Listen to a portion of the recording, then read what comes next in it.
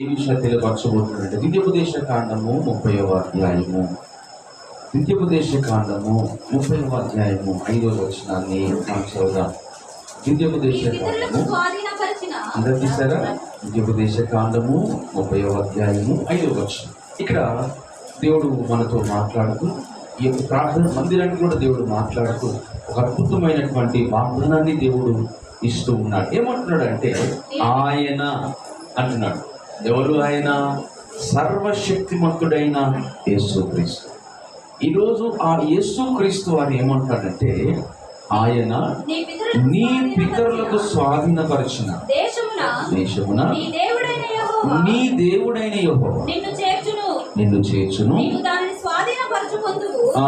ఆయన నీకు మేలు చేసి చూడండి, ఆయన నీకు మేలు చేసి నీ పితరుల కంటే నిన్ను విస్తరింపజేయునుగాక. ఆయన ఏమంటున్నాడంటే, ఎవరు ఆయన అంటే మన ప్రభుడైనటువంటి రక్షకుడు అయినటువంటి యేసుక్రీస్తు వారు, లోక రక్షకుడు అయినటువంటి యేసుక్రీస్తు వారు అంటున్నాడు. ఏమంటాడంటే, ఆయన యేసుక్రీస్తు నీకు మేలు చేసి, ఏంటంటే నీకు మేలు చేసి. ఎటువంటి మేలు అంటది అంటే, అక్కడ మళ్ళీ అంటున్నాడు అక్కడ నీకు మేలు. ఎటువంటి మేలు అంట? నీ పితరుల కంటే నిన్ను విస్తరింపజేయుదును అంటున్నాడు. దేవునికి మహిమ కలుగును గాక. దేవునికి స్తోత్రం. హల్లెలూయా. పితరుల కంటే ఎక్కువగా ఆశీర్వదిస్తారంటాడు. వారి పితరులు ఎవరు మరి? వారి దేవుడు ఎలా ఆశీర్వదించాడు? ఆయన ఏమంటున్నాడు? నీ పితరుల కంటే నిన్ను విస్తరింపచేయుదును అంటున్నాడు. మరి ఎవరు ఆ పితరులు? ఆ పితరులను ఎంతగా దీవించాడు? ఎంతగా దీవిస్తే వారికంటే ఎక్కువగా దీవిస్తానంటున్నాడు ఆయన. దేవునికి స్తోత్రం. ఈరోజు వాగ్దానం ఏంటంటే, నీ పితరుల కంటే ఎక్కువగా, మరి ఎక్కువగా నిన్ను ఆశీర్వదిస్తాను అంటున్నాడు ఆయన. దేవునికి స్తోత్రం. మరి మన పితరులు ఎవరు అని కనుక మన పాదములు మనం అడుగు పెడితే, మన పితరుడైనటువంటి అబ్రహాము దేవుడు ఎంతగా దీవించాడు? 24వ అధ్యాయం ఆదికాండము 1వ వచనాన్ని మనం గమనించినట్లయితే, అక్కడ చూడండి, ఆదికాండం 24వ అధ్యాయం 1వ వచనం. అబ్రహాము బహుకాలము గడిచిన వృద్ధుడై ఉండెను, అన్ని విషయములలో యెహోవా అన్ని విషయాలలో, అంటే తను చేస్తున్నటువంటి ప్రతి పనుల్లో, ప్రతి ఆలోచనలో, తను ఏది తలపెడదామన్నా, తను ఏది చేద్దామన్నా కూడా అన్ని విషయాలలో దేవుడు ఏం చేశాడు? అబ్రహామును ఆశీర్వదించాడు. ఈరోజు ప్రభు మాట్లాడుతున్నాడు, అబ్రహామును ఎంతగా ఆశీర్వదించాడో అంతకంటే గొప్పగా దీవించబోతున్నాడు. దేవునికి స్తోత్రం. హల్లెలూయా. ఆయన అదే అంటున్నాడు, నీ పితరుల కంటే నిన్ను విస్తరింపజేయుదును అంటున్నాడు. మరి పితరులు ఎవరయ్యా అని ఒకసారిగా మనం గమనిస్తే, అబ్రహాం. మన పితరుడైన అబ్రహామును దేవుడు ఎంతగా ఆశీర్వదించాడంట? అన్ని విషయాలు. ఇక ఈ 9వ మాసం అడుగు పెట్టాక 9వ నెల 9వ సంవత్సరంలో, ఇక నువ్వు వెళుతున్న ప్రతి ప్రయాసలో, ప్రతి పనుల్లో, ప్రతి నడకల్లో, ప్రతి ఆలోచనల్లో, ప్రతి మాటల్లో నా దేవుడు మీ జీవితంలో కార్యము చేయనున్నా. దేవుడికి మహిమ కలుగుగాక. దేవుడికి స్తోత్రం. హల్లెలూయా. ఆయనే అంటున్నాడు. ఏమంటున్నాడు? నీ పితరుల కంటే అంటున్నాడు. వారి కంటే. చూడండి, అబ్రహాము అన్ని విషయాల్లో చేశాడు కదా, అంతకు మించిన ఆశీర్వాదాలతో నా దేవుడు నిన్ను ఆశీర్వదించుగాక.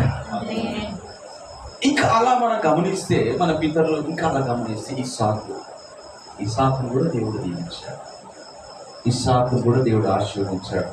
అదే ఆదికాండం 26వ అధ్యాయం 12 నుంచి 14 వచ్చాను మనం గమనించినట్లయితే, కరువు దినాలలో ఇస్సాకు ఆ దేశమందున వాడై విత్తనములు వేసి, ఆ సంవత్సరం ఏ సంవత్సరం అంటే అది బహు కరువు దినాలవి, కరువు సంవత్సరములవి. ఆ కరువు సంవత్సరములో, భయంకరమైన దినాలలో, ఏమి దొరకనటువంటి పరిస్థితుల్లో ఇసాకునంతా 100% దీవించాడంట. నువ్వు విత్తుతున్న ప్రతి విత్తనం, నువ్వు పెడుతున్న ప్రతి పైసకు నా దేవుడు 100 రెట్లుగా నిన్ను ఆశీర్వదించునుగాక. గడిచిన 8 సంవత్సరాలు ఆర్థికంగా ఎన్నో ఇబ్బందులు పడవచ్చు, ఆర్థిక పరంగా ఎన్నో ఒత్తిళ్లు గుండా వెళ్ళొచ్చు. ఇక్కడ సేవకుడే కాదు, ఈ స్వరాన్ని వింటున్నటువంటి మీ జీవితంలో నా దేవుడు కార్యం చేయబోతున్నాడు. నువ్వు నమ్మితే హల్లెలూయా, నువ్వు నమ్మాలి. ఈ మాట దేవుడే నాతో మాట్లాడుతున్నాడని, ఈ వాగ్దానముతో కూడిన సందేశము నాతోటే దేవుడు మాట్లాడుతున్నారు. దేవుడు ఒక మాట అన్నాడు, పిలువబడిన వారు అనేకులు. ఎందుకు దేవుడిని ఏర్పరచుకున్నాడు తెలుసా? ఆయన ఎందుకు నేను ఏర్పరచుకున్నాడంటే అన్ని విషయాలలో నా దేవుడిని ఆశీర్వదించబోతున్నాడు. ఎందుకు దేవుడు ఈరోజు నిన్ను ఏర్పరచుకొని ఈ 9వ యానివర్సరీలో ఎందుకు నా దేవుడు నిన్ను ఇక్కడ ఏర్పరచుకొని నిలబెట్టాడంటే గడిచిన సంవత్సరాల్లో నీకున్న కరువు దినాలను నా దేవుడు కొట్టివేయబోతున్నాడు. ఈ కరువు దినాలే నీకు ఉండదు. కరువు నీ జీవితంలో కరువు అనేది రాదు. దేవుడికి మహిమకం ఉండాలి. అలా ఇంకొక వ్యక్తిని కనుక మనం గమనించారు, చాలా మంది ఉన్నారు, అందరూ చూపించారు. చివరిలో ఒక వ్యక్తిని చూపిస్తారు, యాకోబు. దేవుడు యాకోబును కూడా దీవించాడు. 28వ అధ్యాయం ఆదికాండం 12-17 వచ్చి గమనించినట్లయితే అక్కడ గమనించినట్లయితే యాకోబును బహు గొప్పవాడిగా ఆశీర్వదించాడు. దేవునికి ఇష్టం ఎంతగా అంటారు, ఎంతగా చెప్పండి. ఇప్పుడు అక్కడ రాయబడి ఉంది బహు గొప్పవాడిగా, అంటే అక్కడ లెక్కలేనంతగా ఆశీర్వదించాడు. ప్రభు అంటున్నాడు నీ పితరుల కంటే అంటున్నాడు ఆయన. దేవునికి స్తోత్రం. అంటే వారి కంటే కూడా నా దేవుడు ఏమంటున్నాడంటే నేను నిన్ను ఆశీర్వదిస్తాను. దేవునికి స్తోత్రం. గట్టిగా హల్లెలూయా. నేను నిన్ను దీవిస్తానంటున్నాడు. ఆనాడు పితరులను ఆశీర్వదించిన దేవుడు ఈ నూతన సంవత్సరంలో, ఈ 9వ సంవత్సరంలో అడుగు పెట్టినటువంటి నా దేవుడు నీతో అంటున్న మాట ఏంటో తెలుసా అండి? ఏంటో తెలుసా? ఇర్మియా గ్రంథం 24వ అధ్యాయం 6వ వచనం. ఇర్మియా గ్రంథము 24వ అధ్యాయము 6వ వచనం. చూడండి, నీతో ఏమంటున్నాడు? వారికి మేలు కలుగునట్లు. చూడండి ఎలా దీవించబోతున్నాడు అంటే, పితరుల కంటే ఎక్కువగా ఎలా దీవించబోతున్నాడు, ఎలా ఆశీర్వదించబోతున్నాడు. మన పరమ తండ్రి దేవాది దేవుడు అంటే ఆయన అంటున్నాడు, వారికి మేలు కలుగునట్లు నేను వారి మీద దృష్టి ఉంచుచు. ఏ విధంగా అంటే ఎలా అంటారు? ఎలా అంటే చెప్పండి, నీ మీద దృష్టి పెట్టి దీవించబోతున్నట్ట. దేవుడికి స్తోత్రం. మామూలుగా సింపుల్ని వదిలేయడా, వదిలిపెట్టే దేవుడు కాదు, నిన్ను అనాథగా ఉంచే దేవుడు కాదని నేను ప్రకటిస్తున్నా. యేసుక్రీస్తు నీకు సమీపంలో నుండి, నీకు తోడుగా ఉండి, ఒక తల్లిగా, ఒక తండ్రిగా, ఒక ఆత్మీయుడిగా, ఒక బంధువుడిగా, ఒక స్నేహితుడిగా ఉండి నిన్ను నడిపించబోతున్నాడు. ఆయన అంటున్నాడు ఎలా మేలు చేయబోతున్నాడు అంటే, ఏ విధంగా మేలు చేయబోతున్నాడు అంటే, ఏ విధంగా వాగ్దానమును నెరవేర్చబోతున్నాడు అంటే, ఆయన అంటున్నాడు వారికి మేలు కలుగునట్లు నేను వారి మీద దృష్టి ఉంచుచు ఈ దేశమునకు వారిని మరలా తీసుకొని వచ్చి పడగొట్టక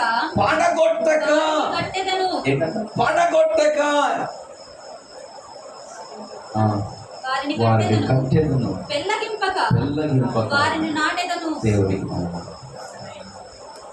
దేవునికి స్తోత్రం. ఎలా ఉండి దీవించబోతున్నాడు? దృష్టి నుంచి. దేవునికి స్తోత్రం. చెప్పండి, ఎలా అంట చెప్పాలా? ఎలా అంట ఈరోజు చెప్పాలా ధైర్యంగా, దేవుడి కనుదృష్టి నా మీద ఉంది. ధైర్యంగా చెప్పాలి. ఏం చెప్పాలి? ఎవరి మీద ఉంది? ఎవరి మీద ఉంది? ధైర్యంగా చెప్పాలి. ఎవరి మీద చెల్లె? ఎవరి మీద? నా మీద ఉంది. నా మీద దేవుని కనుదృష్టి ఉంది. నన్ను ఆయన ఎలా దీవించబోతున్నాడంటే నా పితరుల కంటే నన్ను ఎక్కువగా దీవించబోతున్నాడు. దేవునికి స్తోత్రం. హల్లెలూయా. తన కనుదృష్టి పెట్టి ఎలా దీవించబోతున్నాడు రాజశేఖరన్ అంటే, ఎలా నీ పితరుల కంటే దేవుని పడి ఎక్కువగా నేను నా దేవుడు ఆశీర్వదించునుగా. దేవునికి స్తోత్రం, దేవునికి మహిమ కలుగునుగాక. ఆయన కనుదృష్టి పెడితే ఎలా ఆశీర్వించబడతామో 3 విషయాలు చెప్పి ముగించేస్తాను. దేవునికి స్తోత్రం. ఆయన కనుదృష్టి పెడితే ఎలా దీవించబడతాం, ఎలా ఆశీర్వించబడతాం. పరిశుద్ధ గ్రంథంలో మాసిదోనియా సంఘం ఉంది. ఈ మాసిదోనియా సంఘములో ఉన్నటువంటి విశ్వాసులు ఎలాంటి వారంటే ఐశ్వర్యవంతులు కాదు, పేదవారు. దేవుని చెప్తున్నారు, బహు పేదవారు. పేదరికములో ఉన్నారు వాళ్ళు, నిరుపేదలు వారు, ధనవంతులు కాదు వాళ్ళు. చిన్న సంఘము, చిన్నగా ఉండేవారు, చాలా పేదరికంలో బ్రతుకుతూ ఉండేవారు. కష్టాలు, బాధలు, ఇరుకులు, సమస్యలు, వ్యతిరేకతలు, ఒడిదొడుకులు, భయంకరమైనటువంటి స్థితిలో ఉంటూ ఉన్నారు వాళ్ళు. ఇటువంటి మాసిదోనియా సంఘస్థులు దేవుడు తన కృపతో తన కనుదృష్టిని నిలిపి వారిని ఎంతగా ఆశీర్వదించాడు అంటే 2 కొరింథీ 8వ అధ్యాయం, 2 కొరింథీ పత్రిక 8వ అధ్యాయం 1 నుంచి 4 వచనాలు. సహోదరులారా, మాసిదోనియా సంఘములకు అనుగ్రహింపబడి ఉన్న దేవుని మహాకృపను గూర్చి మీకు తెలియజేయుచున్నాము. ఏలయనగా ఎలా ఉన్నారంట? ఎటువంటి సంఘం అంట? ఆ సంఘం ఎలా ఉందంట? ఆ సంఘములో ఉన్న విశ్వాసులు ఎలా ఉన్నారంట? ఎటువంటి శ్రమలు అంటే ఈరోజు నువ్వు కొద్దిగా శ్రమలాగానే ఎన్నిపోతున్నావు, నిరుత్సాహపడుతున్నావు, బాధపడుతున్నావు. ఈరోజు సంఘములో కొద్ది శ్రమలు రాగానే దేవునికి దూరం అయిపోతున్నాం, దేవుని సన్నిధికి దూరం అయిపోతున్నాం. ఇందాక చక్కగా ఆనందం చేశాం. నీ సన్నిధానములో అంటే సంపూర్ణ సంతోషము, సంపూర్ణ ఆనందము ఎక్కడుంది? ఆయన సన్నిధిలో ఉంది, సంఘములో ఉంది. బయట వచ్చి పాడతాం, నేనుండాలేనయ్యా అంటాం. శ్రమలు రాగానే నేను పోనయ్యా, దాన్ని రివర్స్ పాడతాం. అవునంటారు సహోదరులు, చేస్తాం. ఏదైనా శ్రమ రాగానే, ఏదైనా బాధ రాగానే, ఏదైనా సంఘంలో ఏదైనా చిన్న ఆర్గ్యుమెంట్స్ రాగానే, ఏదైనా అడగగానే, ఏదైనా ఈ మధ్య ఏమైపోయిందంటే నన్ను విలువలేదు, నా పేరు చెప్పలేదు, నేను ఉంటేనే వెళ్ళిపోతాను.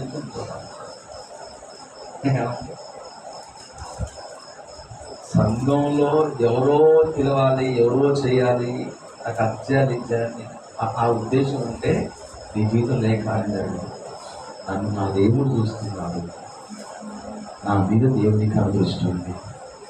ఎవరు నన్ను చూసినా కూడా నాకు మనుషుల ఘనత మన కోసం, దేవుడిచ్చే ఘనత ఎలా ఉంటుంది తెలుసా అండి? అది శాశ్వత కాలము అలానే ఉంటుంది. ఈరోజు మనుషులు ఇక్కడ నిలబడి ఏం చేస్తూ ఉంటారంటే గొప్ప గొప్ప, ఓ సూపర్, ఓ సూపర్, ఓ సూపర్ అంటారు. ఆ సూపర్ కాస్త కొద్ది రోజుల తర్వాత 0 అయిపోతుంది. అదే దేవుడు ఘనతనిస్తే అది శాశ్వత కాలం అంచెలంచెలుగా అది ఎదుగుతూనే ఉంటుంది. దేవునికి స్తోత్రం. మనుషుల ఘనత వద్దు మనకు, దేవుడిచ్చే ఘనతే మనకు కావాలి. దేవునికి మహిమ కలుగును గాక. హల్లెలూయా. ఈ మాసిదోనియాలో ఉన్నటువంటి సంఘములో ఉన్న విశ్వాసులు ఎలా ఉన్నారంట?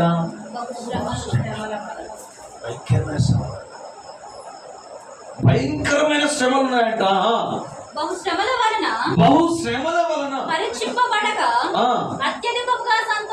అత్యధికముగా చూడండి, శ్రమలలో ఉన్న సంఘం అంట, బాధల్లో ఉన్న సంఘం అంట ఇప్పుడు ఏమైపోయిందంట? ఆ సంఘము అత్యధికముగా సంతోషించారు.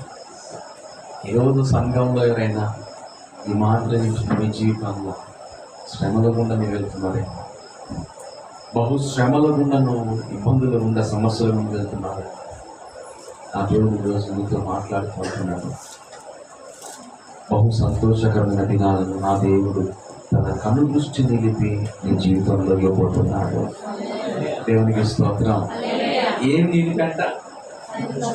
అది దేవునికి స్తోత్రం. తన కను దృష్టి నీ మీద పెట్టబోతున్నాడు.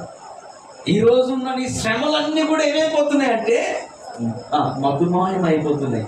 ఆ శ్రమలకు బదులుగా ఏ సంతోషం అంటది? చెప్పండి, ఏ సంతోషం? ఆయన ఆయన ఆయన బ్లెస్సింగ్స్ ఎలా ఉంటాయంటే కొద్దిగించి ఉండవు.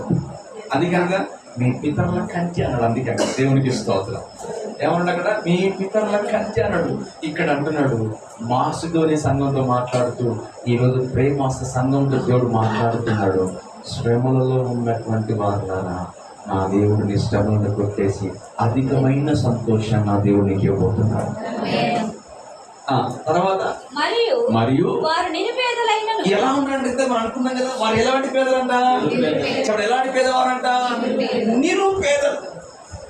ఈరోజు అంత దిగజారి ఉన్నామని ఏమన్నా చెప్పండి. నిరుపేదరికం అసలు ఏమి లేవంటే మా దగ్గర అన్నంత స్థాయిలో మనం ఉన్నామంటారా? లేదు లేదు. అంతో ఇంకో దేవుడు మహాకృపను బట్టి మనం కొద్దిగా దరిద్రులుగానే ఉన్నాం. కానీ ఆనాడంట మాసిదోనియలో ఉన్నటువంటి సంఘ విశ్వాసులు ఎలా ఉంటుంది అంటే పేదరికంలో ఉన్నారంట వాళ్ళు. అటువంటి పేదరికంలో ఉన్నటువంటి ఆ విశ్వాసులను, ఆ సంఘాన్ని దేవుడు తన కనుదృష్టిని నిలిపి అంట వారి దాతృత్వము దేవునికి ఒకసారి గట్టి చెప్పబట్టి ప్రభు నామగారి కోసం ఒకసారి దేవునికి స్తోత్రం. ఈరోజు చెల్లె తమ్ముడా, సహోదరుడా, సహోదరుడు, ఈరోజు నువ్వు నిరుపేద స్థితిలో నువ్వు ఉన్నావేమో. ప్రభు నీకు అంటున్నాడు తన కనుదృష్టి నిలిపి దాతృత్వముగా నా దేవుడు బహు విస్తారంగా దీవించబోతున్నాడు. దేవునికి స్తోత్రం. హల్లెలూయా. ఈరోజు నా దగ్గర ఏమీ లేదని అనుకుంటున్నావు. ఈ రోజు నా స్థితి జీరో అనుకుంటున్నావు, నా బ్యాంక్ బ్యాలెన్స్ జీరో అనుకుంటున్నావు. కానీ ఆ జీరోలో ఉన్నటువంటి నేను నా దేవుడు హీరోగా మార్చబోతున్నాడు. అంటే హల్లెలూయా. నా దేవుడు మామూలుగా ఒక్కసారి ఆయన మన మీద తన దృష్టి పెడుతున్నా అంటే, తన దృష్టి మన మీద ఉంటే చాలు, దేవుడు అద్భుతంగా నీ జీవితం మార్చబోతున్నాడు. దేవునికి మహిమ కలుగును గాక.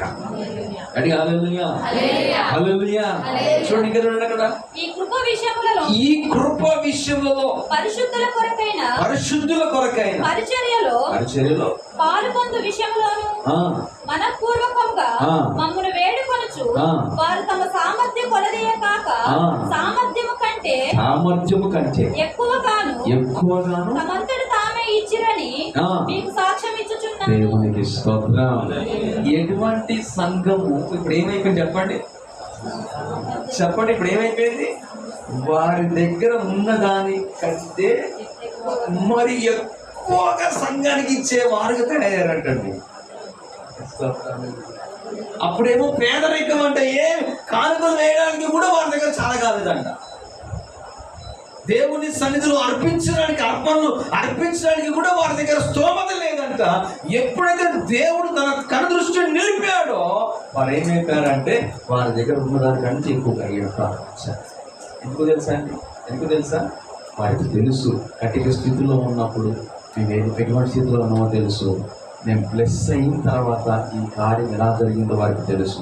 ఇది ఎవరు చేశారో వారు గుర్తించి ఇచ్చిన దేవునికి కృతజ్ఞతలు చెల్లిస్తున్నారు. మీరు కూడా ఆ విధముగా తయారు కాబోతున్నారు. దేవునికి స్తోత్రం. గట్టిగా హల్లెలూయా. తన కను దృష్టి నిలిపితే ఈ శ్రమలన్నీ తొలగిపోతాయి. సంతోషకరమైన జ్ఞానం చూడబోతున్నాడు. దేవునికి మహిమ కలుగును గాక. రెండోది మనం గమనించినట్లయితే కన్ను దృష్టి పెడితే ఇంకా దేవుడు ఎలా దీవించబోతున్నాడు. నేను ముగించేస్తాను, ఎందుకంటే చాలా సమయం అయిపోయింది. ఇక నేను చెప్పుకుంటూ పోతా ఉంటుంటే చాలా చెప్పొచ్చు, కానీ సమయం తక్కువ ఉంది కాబట్టి ఇంకొక విషయం చెప్పేసి ముగించేస్తాను. దేవునికి స్తోత్రం. కానీ హల్లెలూయా. ఒక్క విషయం చెప్పేసి ముగించేస్తాను. ఇక చివరి మాట చూడండి. యెషయా గ్రంథం 48వ అధ్యాయం 19వ వచనం. యెషయా గ్రంథము 48వ అధ్యాయము 19వ వచనం.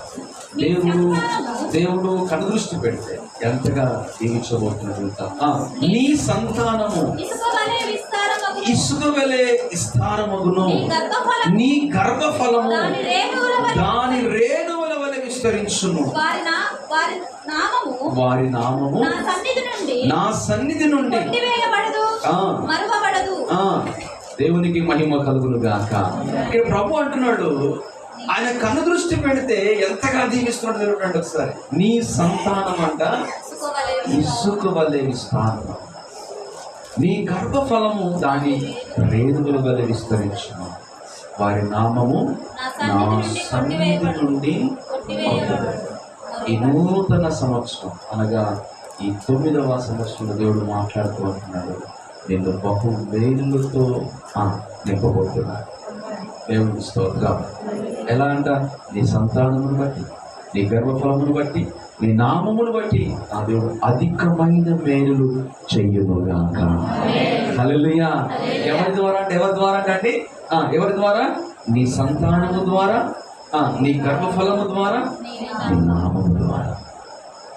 నీ నామము ద్వారా ఆ దేవుడు అధికమైన మేలు చేయబోతున్నాడు. దేవునికి స్తోత్రం. ఈ కార్యాలు చేయడానికి మరి నీ నుండి దేవుడు ఆశిస్తాడు. ఆయన నేను కనుదృష్టి పెడతానంటున్నాడు. ఆయన కనుదృష్టి పెడితే ఎటువంటి కార్యాలు జరుగుతున్నాయో ఆయన చెప్తూ వచ్చాడు. మరి ఇవన్నీ నీ జీవితంలో జరగాలి అంటే, ఆయన కనుదృష్టి పెట్టి ఇవన్నీ నీ జీవితంలో నెరవేర్చబడాలంటే సింపుల్గా ఆయన ఒకటి అడుగుతున్నాడు. మేము చేస్తాం పాస్టర్ గారు అన్న వారందరూ దేవునికి స్తోత్రం చెప్పండి. అది హల్లెలూయా, అది హల్లెలూయా.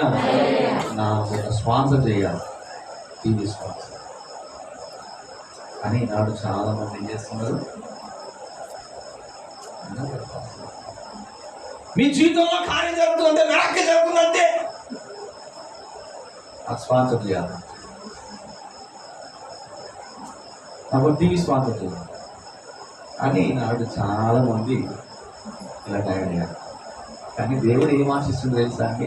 టీవీ స్పాన్సర్లు, కోడిగుడ్లు, కోళ్ళు, పొట్టేళ్ళు, బంగారాలు, ఆభరణాలు, అది ఇది స్పాన్సర్, ఇంకోటి ఏంటి స్పాన్సర్ ల్యాండ్, ఆ ల్యాండ్ ల్యాండ్కి ఇస్తారు, మీరు దీవించబడతారు, అది చేస్తారు, ఇది చేస్తారు. అవన్నీ కాదు దేవుడు అడిగేది. ఒకటే సింపుల్గా అడుగుతా ఉన్నాడు. ఈరోజు దేవుడు అడిగేది నువ్వు ఇస్తే నీ జీవితంలో తప్పకుండా నా దేవుడు తన కను దృష్టిని పెట్టి గొప్ప కార్యం చేస్తాడు.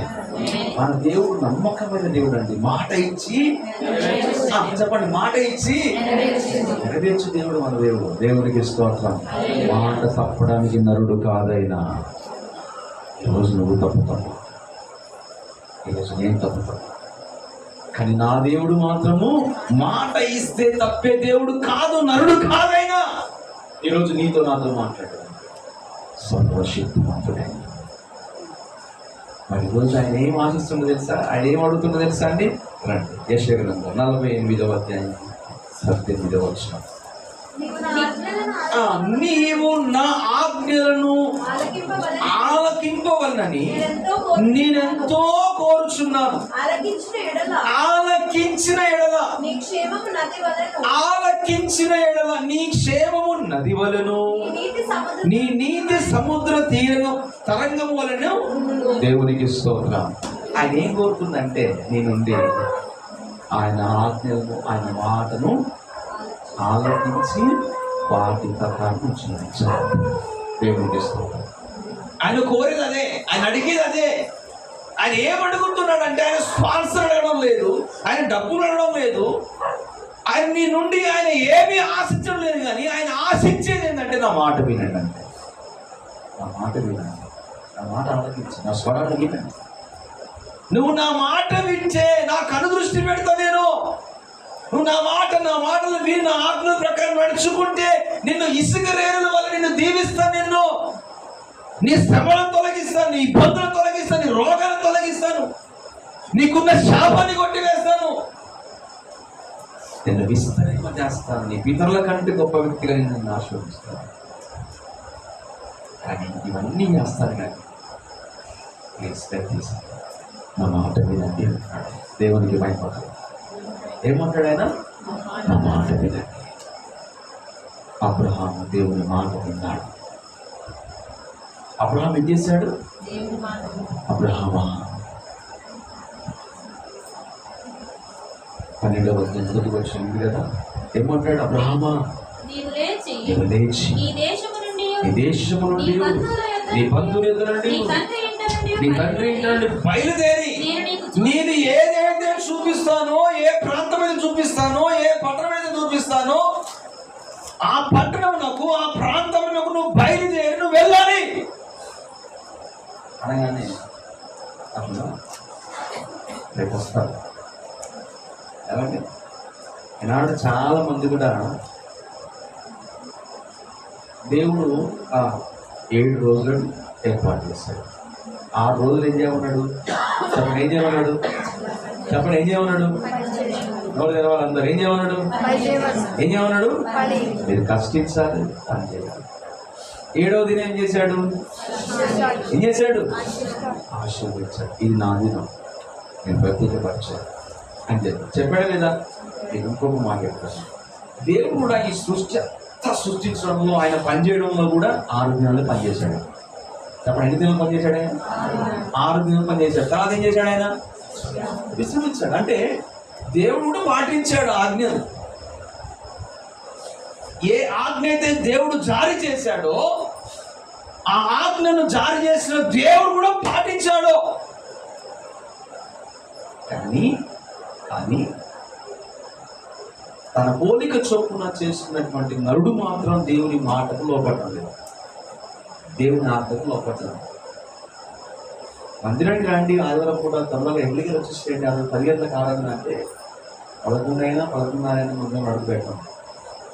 ఎలా ప్లేసెస్ అవుతుంది? ఎలా ప్లేస్ అవుతుంది? అందరూ వాడే నీ సన్నిధానం ఎలా వచ్చిందా సంతోషం?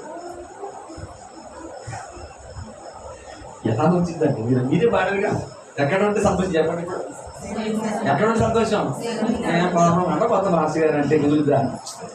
నేను 11:30 బిజీ అండి. నీకంటే పరమ బిజీ అయినా ఎవరు నిన్ను పుట్టించిన ఫుల్ బిజీ. నువ్వు ఒక్కడ ఉన్నావా? నేను ఒక్కడ ఉన్నావు. పిల్లవగా మనమే ఉన్నావా? ఇక్కడ ఉన్నదే ఉన్నావా? కానీ ఎంత షెడ్యూల్, ఎంత బిజీ.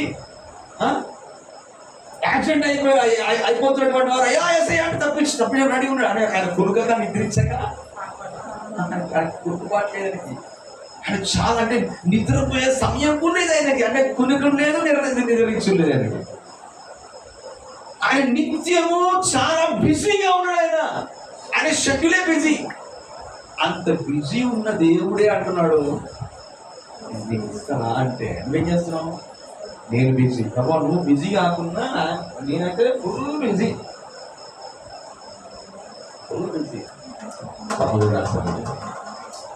నీ బిజీ సండే పూట ఏం చేయాలి? పక్కన ఎన్ని పనులున్నా సరే మనకు పాట పాడతాం. ఏమి ఉన్నా లేకున్నా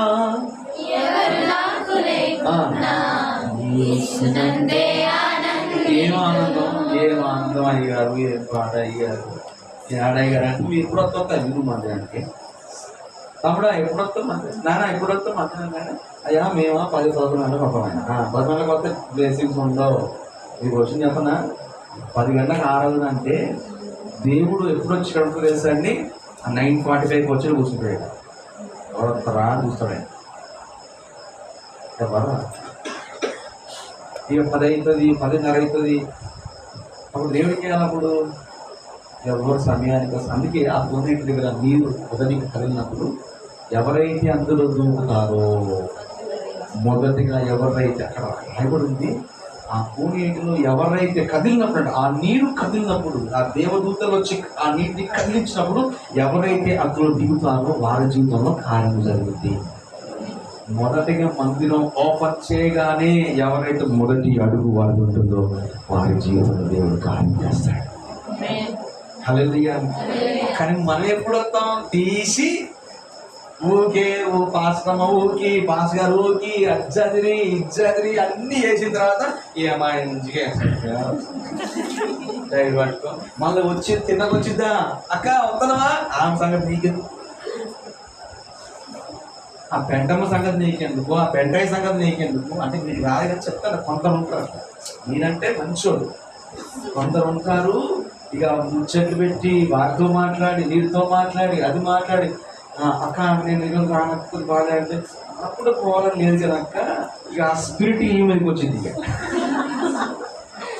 ఇక ఆ దయ్యం ఇటు పని చేసింది. ఎందుకు ఆ దయ్యం ఆల్రెడీ కూర్చొని ఏం పోతావులే ఉండు, నీ నడుము నొప్పులు వేస్తుంది, నీ పన్ను నొప్పులు వేస్తుంది అని అంటుండగా నాకు కూడా కొద్ది బాధేది కాక ఈ అరిగత్తు వచ్చింది సార్. ఎవరితో వచ్చింది సార్? తాగబోతే మళ్ళీ 1 గంట అయిన తర్వాత 2 గంటల నుంచి అదే పని, ఎందుకు రాలే కూర్చుని వస్తాడు మనకి. ఎందుకు ఈ తలనొప్పి మీకు వచ్చి 2 గంటలు ఆడ చూసిన వస్తుంది. సహోదరా, ఈ మాటలు మీకు నవ్వుగా ఉండొచ్చు, కానీ ఇది మన జీవితంలో చాలా సీరియస్గా తీసుకోవాలి. దేవునికి స్తోత్రం. హల్లెలూయా. ఎప్పుడు రాను దేవునికి స్తోత్రం. ఆయన మాట వినాలి, అదే కోరుతున్నాడు. అబ్రహాము ఆయన మాట విన్నాడు. ఎంతగా దీవించాడు అబ్రహాము దేవుడు? చెప్పండి, ఎంతగా దీవించాడు? వాక్యం రాయబడి ఉంది, వారు కలిసి దేవుడు దీవించాడండి. ఆయన అంటున్నాడు, అబ్రహామును దీవించిన దేవుడు అంటున్నాడు, నీ పితరుల కంటే గొప్పగా దీవిస్తా. ఏం చేయాలి మరి? ఏం చేయాలా? పేతురు అన్నాడు. మనం ప్రేమిస్తున్నావా పేతురు? నిన్ను ప్రేమిస్తున్నా. ఎప్పుడైతే యేసయ్యను పేతురు ప్రేమించడం ప్రారంభించాడో వారు పట్టలేని చాపలు విస్తారమైన చాపలు వారు పట్టారు. నువ్వు యేసయ్యను ప్రేమిస్తే ఎప్పుడు రావాలి నువ్వు మందిరానికి? ఎప్పుడు రావాలి మందిరానికి? నువ్వు యేసయ్యను ప్రేమించిన ఆయన మాటను, నీ మాట చాలయ్యా, ఇది ఎప్పుడు వాడాలంటే, ఈ పాటలు ఎప్పుడు పాడాలంటే నువ్వు వచ్చి పాడాలి. రాకుండా 10:30కి వచ్చి 10:30 ఆరాధన పాస్ గారు పాడతాడు. ఏం పాడతాడు? ఆయన మంచిగా వస్తాడు. మొదటికి వచ్చి పాస్ గారు వచ్చి పాడతాడు. అయ్యా నీ మాట చాలు, నీ చూపు చాలు అంటాడు. మీరు ఆరాధన చేస్తున్నా లేటు 11:30కి వచ్చినా కూడా ప్రభువా నీ మాట చాలు. ఇది కాదు, దైవజనుడి కంటే ముందుగా నీ పాదము దేవుని సన్నిధిలో ఉండాలా, ఉండునుగా. దేవునికి స్తోత్రం. ముగింపు చేసుకున్నాం. చాలా మంది చెప్పడం కానీ తక్కువ. దేవునికి స్తోత్రం. అడిగి హల్లెలూయా, అడిగి హల్లెలూయా. ఇప్పుడు చెప్పండి, నీ పితరుల కంటే, చెప్పండి, నీ పితరుల కంటే నేను విస్తరింపచేయను అన్నాడు. నీ పితరులైన అబ్రహాము కంటే, ఇస్సాకు కంటే, యాకోబు కంటే అధికమైన మేలును పొందుకోవాలంటే దేవుని మాట ఏం చేయాలివో? చెప్పండి, ఏం చేయాలివో? చెప్పండి. వాళ్ళు దేవుడు అందరూ వినాలా వద్దా? చెప్పండి, వినాలా వద్దా? వినమన్న వారు దేవునికి స్తోత్రం చెప్పండి. హల్లెలూయా. అబ్బో విందా మరి విందాం. పాస్ గారు అందరూ లేచివ్వండి. మీకు ఒక చిన్న ప్రార్థన చేస్తాను. వింటాం పాస్ గారు అన్న వారందరూ లేచివ్వండి. నేను మీకు ఒక చిన్న ప్రార్థన చేస్తాను. అందరూ అందరూ ఒక్కసారి ప్రభా నీ మాట వింటాను. ఈరోజు వాగ్దానం ఇచ్చాం, మా పితరుల కంటే ఎక్కువగా మమ్మల్ని దీవిస్తారంటున్నాం, మా పితరుల కంటే ఎక్కువగా మమ్మల్ని ఆశీర్వదిస్తారంటున్నాం. ప్రభా ఆ ఆశీర్వాదం, ఆ దీవెనలు మేము పొందుకోవాలంటే, వాటిని అనుభవించాలి. అయ్యా నీ మాట వినాలి, మాకు ఆజ్ఞయిస్తున్నాం. ఈ మాట వింటే నీ కనుదృష్టి మాపై నిలిపి మా పితరుల కంటే ఎక్కువగా మనం దీవిస్తున్నాం. ఎంత గొప్ప దేవుడు అయ్యా, ఎంత గొప్ప దేవుడు. ఈ ప్రేమ హస్త ప్రార్థన మందిరం ద్వారా ఈరోజు అద్భుతమైనటువంటి మాటలు ఆయన మా జీవితంలో మాకు కావలసినటువంటి గొప్ప మాటలు మాకు ఇచ్చారు. ఎన్నో ఆశీర్వాదాలు, ఎన్నో దీవెనలు మేము కుమ్మరించాలి. వాటన్నిటిని మేము స్వతంత్రించుకోవాలంటే ప్రభు నీ మాట వినాలని నువ్వు చెప్పావు. నీ మాట విని ఆ మాట ప్రకారం జీవించే భాగ్యాన్ని మాకు అనుగ్రహించబోతున్నాను. నీ మాట ప్రకారం జీవించే భాగ్యాన్ని మా దిగునైనా ప్రార్థన చేస్తారా? నీ కొరకు దైవజనులు ప్రార్థన చేస్తారా? ప్రార్థన చేస్తారా? ప్రతి ఒక్కరు ప్రార్థన చేయండి. ప్రతి ఒక్కరు ప్రార్థన చేయండి. హృదయపూర్వకంగా ప్రార్థన చేయండి. నీ మాట వింటాను యేసయ్యా, ఇక నీ మాట కాక నాకేం వద్దు ప్రభు. నీ మాటతోనే ప్రశ్న, నీ మాటతో జీవిస్తాను, నీ మాటతో నడుస్తాను ప్రభు. హృదయపూర్వకంగా ప్రార్థన చేస్తావా? నీ కొరకు దైవజనులు ప్రార్థన చేస్తావా? ప్రార్థన చేయండి.